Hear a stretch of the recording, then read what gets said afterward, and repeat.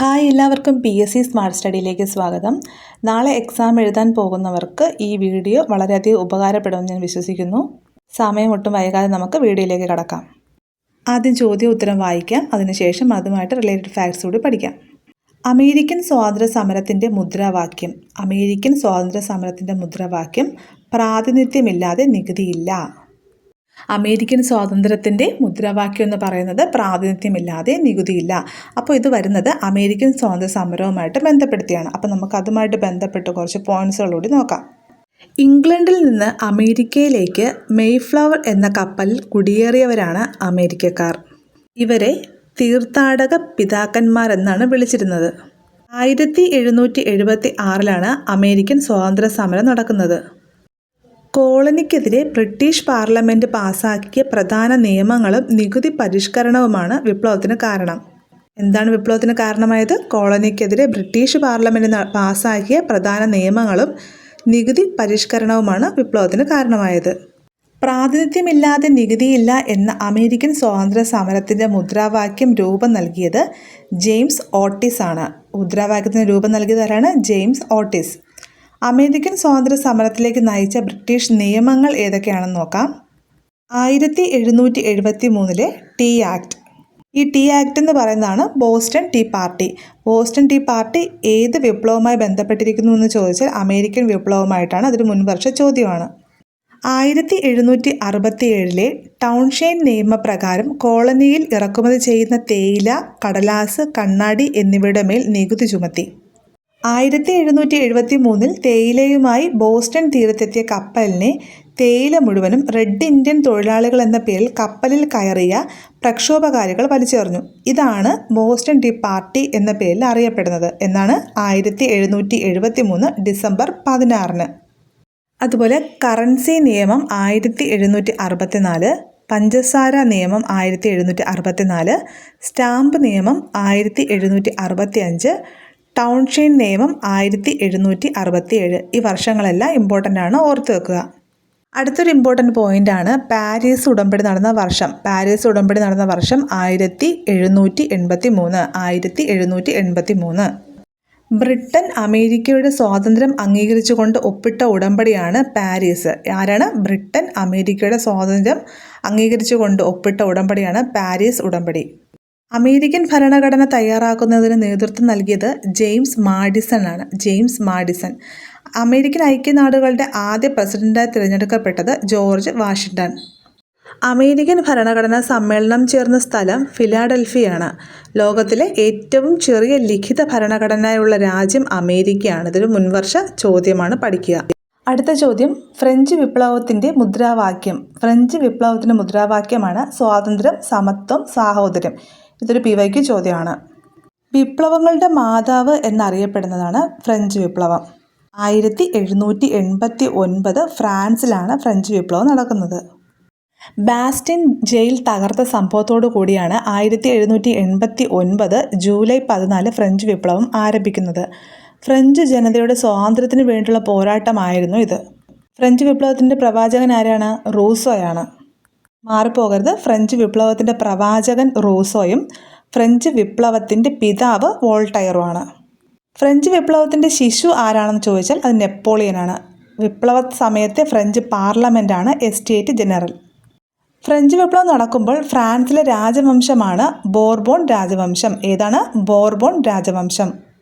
വിപ്ലവ സമയത്തെ എസ്റ്റേറ്റുകളെ 3ആയി തിരിച്ചിരിക്കുന്നത് ഓർത്ത് വെക്കുക. 1ാം എസ്റ്റേറ്റിൽ പുരോഹിതന്മാർ, 2ാം എസ്റ്റേറ്റിൽ പ്രഭുക്കന്മാർ, 3ാം എസ്റ്റേറ്റിൽ സാധാരണ ജനങ്ങൾ.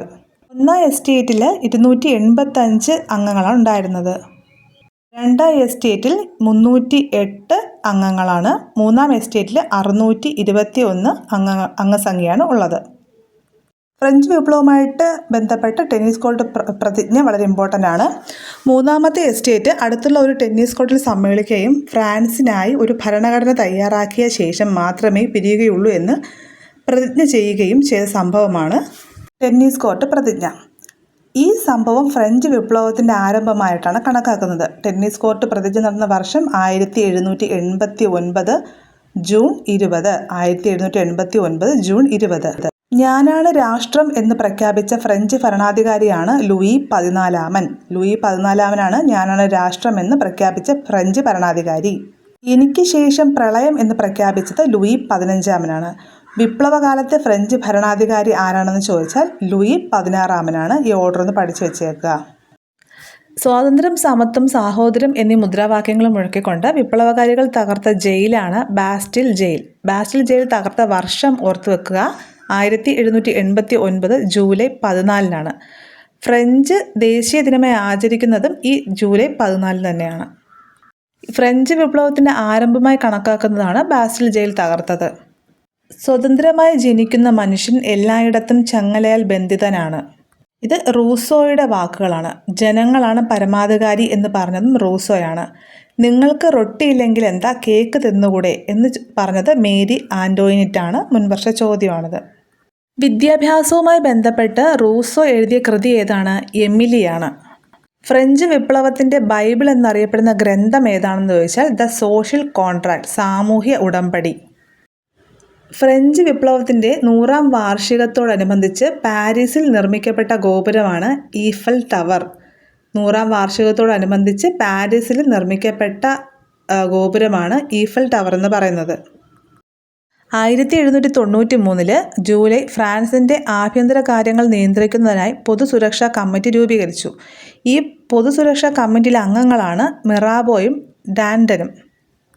പൊതുസുരക്ഷാ കമ്മിറ്റിക്ക് നേതൃത്വം നൽകിയത് റോബിസ്പിയറാണ് പൊതുസുരക്ഷാ കമ്മിറ്റിക്ക് നേതൃത്വം നൽകിയത്. ശത്രുക്കളാണെന്ന് തോന്നിയവരെ വധിക്കാൻ മിറാബോയും ഡാൻഡർ എന്നിവർ ഉപയോഗിച്ചിരുന്ന ആയുധമാണ് ഗില്ലറ്റിൻ. ഇമ്പോർട്ടൻ്റ് ആണ്, മുൻവർഷ ചോദ്യമാണ് ഗില്ലറ്റിൻ എന്ന് പറയുന്നത്. ഗില്ലറ്റിന് ഇരയായി വധിക്കപ്പെട്ട പൊതുസുരക്ഷാ കമ്മിറ്റി നേതാവാണ് റോബിസ്പിയറാണ് ഗില്ലറ്റിന് ഇരയായി വധിക്കപ്പെട്ട പൊതുസുരക്ഷാ കമ്മിറ്റി നേതാവ്. ഗില്ലറ്റിൻ ഉപയോഗിച്ച് വധിക്കപ്പെട്ട ഫ്രഞ്ച് ചക്രവർത്തിയാണ് ലൂയി 16 ഭാര്യ മേരി ആൻ്റോയിനിറ്റും. വിപ്ലവകാലത്ത് വധശിക്ഷയ്ക്ക് വേണ്ടി വിപ്ലവകാരികൾ ഉപയോഗിച്ചിരുന്ന യന്ത്രം എന്താണെന്ന് വെച്ചാൽ എന്താണ്? ഗില്ലറ്റിനാണ്. ഗില്ലറ്റിനാൽ വധിക്കപ്പെട്ട ശാസ്ത്രജ്ഞൻ ആരാണെന്ന് ചോദിച്ചാൽ ആൻ്റോണിയോ ലാവൂസിയറാണ്. ഓർക്കുക. ഫ്രഞ്ച് വിപ്ലവത്തിൻ്റെ സന്തതി എന്നറിയപ്പെടുന്നത് നെപ്പോളിയനാണ്. നെപ്പോളിയൻ്റെ കുതിരയുടെ പേര് ഓർത്തു വെക്കുക, മാരങ്കോയാണ് നെപ്പോളിയൻ്റെ കുതിരയുടെ പേര്. അടുത്ത ചോദ്യം, ചാന്നാർ ലഹളയ്ക്ക് പിന്തുണ നൽകിയ നവോത്ഥാന നായകൻ ആരാണ്? ചാന്നാർ ലഹളയ്ക്ക് പിന്തുണ നൽകിയ നവോത്ഥാന നായകൻ വൈകുണ്ഠസ്വാമികളാണ്. കേരള ഹിസ്റ്ററിയുമായിട്ട് റിലേറ്റ് ചെയ്ത് വരുന്ന 2 ഇമ്പോർട്ടൻ്റ് ടോപ്പിക്കുകളാണ് നവോത്ഥാന നായകന്മാരും അവരുടെ സംഭാവനകളും, അതുപോലെ കേരളത്തിലെ പ്രക്ഷോഭങ്ങളും സമരങ്ങളും. ഇമ്പോർട്ടൻ്റ് ആണ്, രണ്ടും നല്ല രീതിയിൽ തന്നെ പഠിച്ചു വെക്കുക. ആദ്യം നമുക്ക് വൈകുണ്ഠസ്വാമികളെ പറ്റി പറയാം. മുത്തുക്കുട്ടി, സമ്പൂർണ്ണ ദേവൻ എന്നിങ്ങനെ പേരുകളിൽ അറിയപ്പെട്ടിരുന്നത് വൈകുണ്ഠസ്വാമികളാണ്. അതുപോലെ വൈകുണ്ഠസ്വാമികളുടെ പ്രധാന സംഘടനയാണ് സമത്വ സമാജം. 1836 സമത്വ സമാജം ഇമ്പോർട്ടൻ്റ് ആണ്, 1836 അതുപോലെ തൂവയൽ പന്തി കൂട്ടായ്മ ആരുടേതാണ്? വൈകുണ്ഠസ്വാമികളുടെ സംഭാവനയാണ്. വൈകുണ്ഠസ്വാമികളുടെ പ്രധാന കൃതികൾ ഏതൊക്കെയാണ്? അഖിലത്തിരുട്ട്, അരുൾനൂല്, അമ്മാനെ അരുൾ, ഉച്ചിനടപ്പ്, വാഴനടപ്പ്, യുഗനടപ്പ്. ഇതെല്ലാം അയ്യ വൈകുണ്ഠസ്വാമികളുടെ പ്രധാനപ്പെട്ട കൃതികളാണ്. ഏതൊക്കെയാണ്? അഖിലത്തിരുട്ട്, അരുൾനൂല്, അമ്മാനെ അരുൾ, ഉച്ചിനടപ്പ്, വാഴനടപ്പ്, യുഗനടപ്പ്. വൈകുണ്ഠസ്വാമികൾ ജനിച്ചത് സ്വാമിത്തോപ്പ്, നാഗർകോവിലാണ്. കേരളത്തിലെ സാമൂഹിക പരിഷ്കാരങ്ങൾക്ക് തുടക്കം കുറിച്ച നവോത്ഥാന പ്രസ്ഥാനമാണ് സമത്വ സമാജം. കേരളത്തിലെ സാമൂഹിക പരിഷ്കാരങ്ങൾക്ക് തുടക്കം കുറിച്ച നവോത്ഥാന പ്രസ്ഥാനമാണ് ഏത്? സമത്വ സമാജം. സമത്വ സമാജം സ്ഥാപിച്ചത് വൈകുണ്ഠസ്വാമികളാണ്. എന്നാണ് സമത്വ സമാജം സ്ഥാപിച്ചത്? 1836. സമത്വ സമാജം സ്ഥാപിച്ചത് 1836. ഇപ്പോൾ തന്നെ പഠിച്ചു പോണേ. കേരളത്തിലെ സമരചരിത്രവുമായി ബന്ധപ്പെട്ട് നിങ്ങൾ പഠിച്ചിരിക്കേണ്ട ടോപ്പിക്കാണ് ചാന്നാർ ലഹള. ചാന്നാർ ലഹള നടന്നത് 1859. 1859 ചാന്നാർ ലഹള നടക്കുന്നത്. ചാന്നാർ ലഹളയ്ക്ക് പിന്തുണ നൽകിയ നവോത്ഥാന നായകനാണ് വൈകുണ്ഠസ്വാമികൾ. മേൽമുണ്ട് സമരം, മാറുമറയ്ക്കൽ സമരം എന്നീ പേരുകളിൽ അറിയപ്പെട്ടിരുന്നത് ചാന്നാർ ലഹളയാണ്. ചാന്നാർ സ്ത്രീകൾക്ക് മാറുമറയ്ക്കാൻ അവകാശം ലഭിക്കാൻ വേണ്ടി നടന്ന സമരമാണ് എന്ത്? ചാന്നാർ ലഹള. ഇത് അടിച്ചമർത്തിയത് 1859 ഫെബ്രുവരിയിലാണ്. ഉത്രം തിരുനാൾ മാർത്താണ്ഡവർമ്മയാണ് ചാന്നാർ സ്ത്രീകൾക്ക് മേൽവസ്ത്രം ധരിക്കാൻ അനുവാദം നൽകിയത്. എന്നാണ് 1859 ജൂലൈ 26. 1859 ജൂലൈ 26 ഉത്രം തിരുനാൾ മാർത്താണ്ഡവർമ്മ ചാന്നാർ സ്ത്രീകൾക്ക് മേൽവസ്ത്രം ധരിക്കാനുള്ള അനുവാദം നൽകിയത്.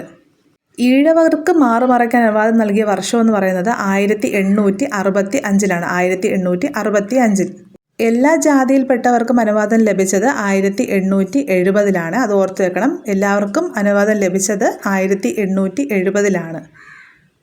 നമുക്കിനി ഉത്രം തിരുനാൾ മാർത്താണ്ഡവർമ്മയെ പറ്റി കുറച്ച് കാര്യങ്ങൾ നോക്കാം. 1846 മുതൽ 1860 വരെയാണ് ഉത്രം തിരുനാൾ മാർത്താണ്ഡവർമ്മ ഭരിച്ചിരുന്നത്. ഈ ഭരണ സൗകര്യത്തിനായി തിരുവനന്തപുരം, പത്മനാഭപുരം, കൊല്ലം, ചേർത്തല എന്നിങ്ങനെ തിരുവിതാംകൂറിനെ വിഭജിച്ചു കേട്ടോ. 1857 കേരളത്തിലെ ആദ്യത്തെ പോസ്റ്റ് ഓഫീസ് ആലപ്പുഴയിൽ ആരംഭിക്കുന്നത് ഇദ്ദേഹത്തിൻ്റെ കാലഘട്ടത്തിലാണ്. ഇതൊരു മുൻവർഷ ചോദ്യമാണ്. 1857 ആദ്യത്തെ പോസ്റ്റ് ഓഫീസ് ഉത്രം തിരുനാൾ മാർത്താണ്ഡവർമ്മ എവിടെയാണ് സ്ഥാപിച്ചത് എന്നുള്ളത്. അതുപോലെ 1859 കേരളത്തിൽ ആദ്യത്തെ കയർ ഫാക്ടറി തുടങ്ങുന്നത് ഇദ്ദേഹത്തിൻ്റെ കാലഘട്ടത്തിലാണ്. 1859 കയർ ഫാക്ടറി ആരംഭിച്ചു. 1859 ചാന്നാർ ലഹള അടിച്ചമർത്തിയത് ഇദ്ദേഹമാണ്. ചാന്നാർ സ്ത്രീകൾക്ക് മാറുമറയ്ക്കാനുള്ള അനുമതി ലഭിച്ചതും ഇദ്ദേഹമാണ്. കേരളത്തിലെ ആദ്യത്തെ ജനറൽ ആശുപത്രി, വർഷാന്ത പരീക്ഷകൾ എന്നിവ ആരംഭിച്ചത് ആരാണ്? ഉത്രം തിരുനാൾ മാർത്താണ്ഡവർമ്മയാണ്. ഇമ്പോർട്ടൻ്റ് ആണ്, പഠിച്ചു വെക്കുക.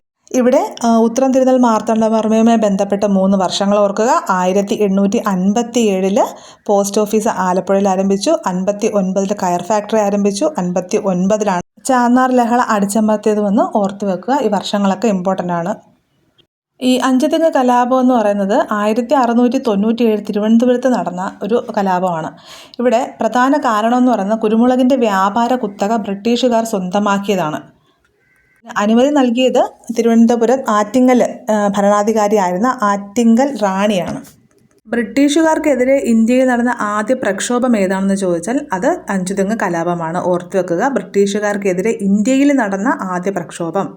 ബ്രിട്ടീഷുകാർ അഞ്ചുതെങ്ങ് കോട്ട പണി കഴിപ്പിച്ചത് 1695. അഞ്ചുതെങ്ങ് കോട്ട പണി കഴിപ്പിച്ചത് 1695. ഇനി ഈ അഞ്ചുതെങ്ങ് കലാപത്തിൻ്റെ കാരണം എന്താണെന്ന് ചോദിച്ചാൽ ആറ്റിങ്ങൽ റാണി അഞ്ചുതെങ്ങിൽ ബ്രിട്ടീഷുകാർക്ക് സൗജന്യങ്ങൾ അനുവദിച്ചു കൊടുത്തത് അവിടെയുള്ള സ്ഥലവാസികൾക്ക് രോഷാകുലരാക്കി. അതുപോലെ അവരവിടെ കോട്ട നിർമ്മിച്ചു. അതൊന്നും അവിടെയുള്ള സ്ഥലവാസികൾക്ക് ഇഷ്ടപ്പെട്ടിട്ടില്ല. ബ്രിട്ടീഷുകാരും ആറ്റിങ്ങൽ നിവാസികളും തമ്മിലുണ്ടായ കലാപമാണ് അഞ്ചുതെങ്ങ് കലാപം എന്ന് പറയുന്നത് കേട്ടോ. ഇനി ആറ്റിങ്ങൽ കലാപം എന്താണെന്ന് വെച്ചാൽ 1721 ഏപ്രിൽ 15 ആറ്റിങ്ങൽ കലാപം നടന്നത്. 1721 ഏപ്രിൽ 15 ഇന്ത്യയിൽ ബ്രിട്ടീഷുകാർക്കെതിരെ നടന്ന ആദ്യ സംഘടിത കലാപം ഏതാണെന്ന് ചോദിച്ചാൽ അത് ആറ്റിങ്ങൽ കലാപമാണ്. ആറ്റിങ്ങൽ കലാപം നടക്കുമ്പോൾ വേണാട്ടിലെ ഭരണാധികാരി ആദിത്യവർമ്മയാണ്. ഈ കലാപത്തിൽ വധിക്കപ്പെട്ട ബ്രിട്ടീഷ് ഉദ്യോഗസ്ഥനാണ് ഗിഫോർട്ട്. അത് ഇമ്പോർട്ടൻ്റ് ആണ്. ഈ കലാപത്തെ തുടർന്ന് ഒപ്പുവെച്ച ഉടമ്പടി ഏതാണെന്ന് ചോദിച്ചാൽ വേണാട് ഉടമ്പടി. വേണാട് ഉടമ്പടി എന്തുമായിട്ട് ബന്ധപ്പെട്ടതാണ്? ആറ്റിങ്ങൽ കലാപവുമായിട്ട് ബന്ധപ്പെട്ടതാണ്.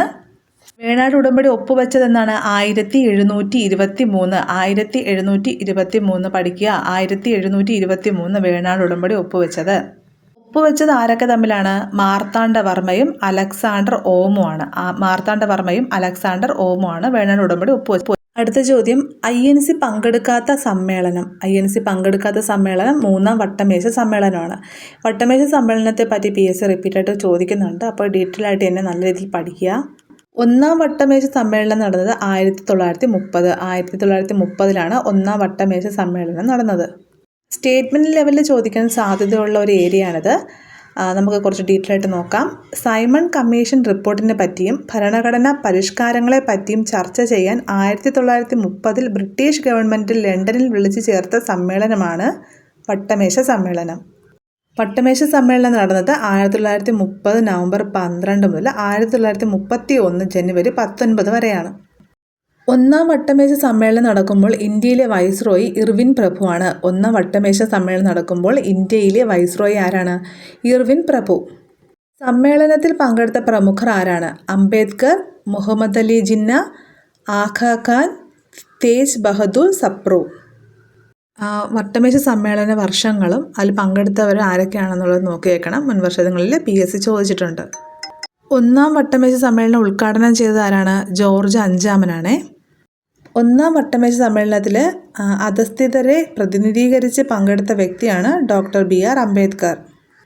ഒന്നാം വട്ടമേശ സമ്മേളനത്തിൽ പങ്കെടുത്ത പ്രതിനിധികളുടെ എണ്ണം ഓർത്തു വെക്കുക, 89 രണ്ടാം വട്ടമേശ സമ്മേളനം നടന്നത് എന്നാണ്? 1931 ലണ്ടനിൽ വെച്ചാണ് സെപ്റ്റംബർ 7 രണ്ടാം വട്ടമേശ സമ്മേളനം നടക്കുന്നത്. ഈ രണ്ടാം വട്ടമേശ സമ്മേളന സമയത്ത് ഇന്ത്യൻ വൈസ്രോയിയാണ് വെല്ലിംഗ്ടൺ പ്രഭു.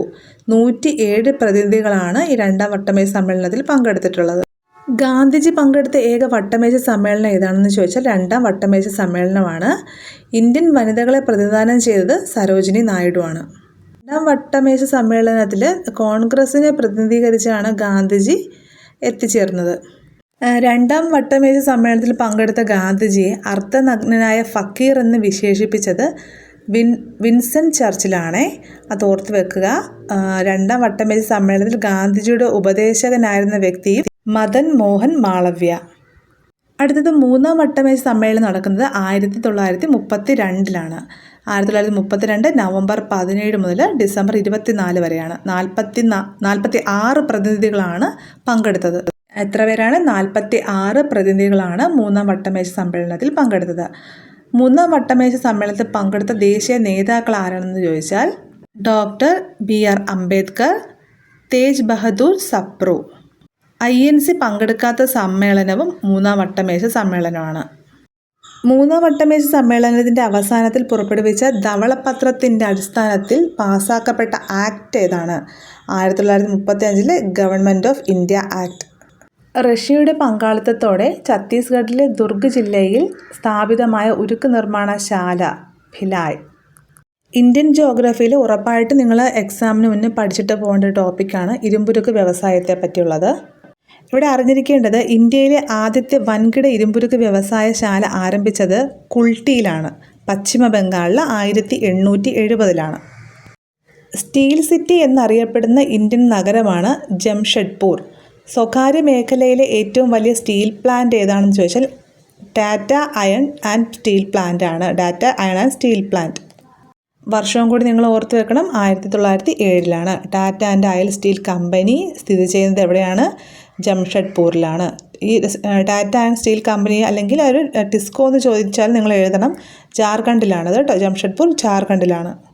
ഈ ടിസ്കോയുടെ ആസ്ഥാനം സ്ഥിതി ചെയ്യുന്നത് മുംബൈയിലാണ്. ഇന്ത്യയിലെ ഏറ്റവും വലിയ സ്റ്റീൽ പ്ലാന്റ് ഏതാണ്? ബൊക്കാറോ ആണ്. ഇന്ത്യയിലെ ഏറ്റവും ലാഭകരമായ സ്റ്റീൽ പ്ലാന്റ് ഭിലായ് ആണ്. ഓർത്ത് വെക്കുക. ദക്ഷിണേന്ത്യയിലെ ആദ്യ അയൺ ആൻഡ് സ്റ്റീൽ പ്ലാന്റ് ഏതാണ്? Vishweshwara iron and steel plant ആണ്. 1923. അടുത്ത ചോദ്യം, NW1 ദേശീയ ജലപാത കടന്നു പോകുന്ന നദി ഗംഗയാണ്. നമുക്ക് ഗംഗയെ പറ്റി ഇമ്പോർട്ടൻ്റ് ആയിട്ട് പഠിച്ചിരിക്കുക. കാരണം കൂടുതൽ ചോദ്യങ്ങളും നദികളെ സംബന്ധിച്ച് ചോദിക്കുന്നത് ഗംഗ നദിയെ പറ്റിയാണ്. ഇന്ത്യയിലെ ഏറ്റവും വലിയ നദീതടമാണ് ഗംഗാതടം എന്ന് പറയുന്നത്. ഇന്ത്യയിലെ പുണ്യ നദി എന്നറിയപ്പെടുന്ന നദിയും ഗംഗയാണ്.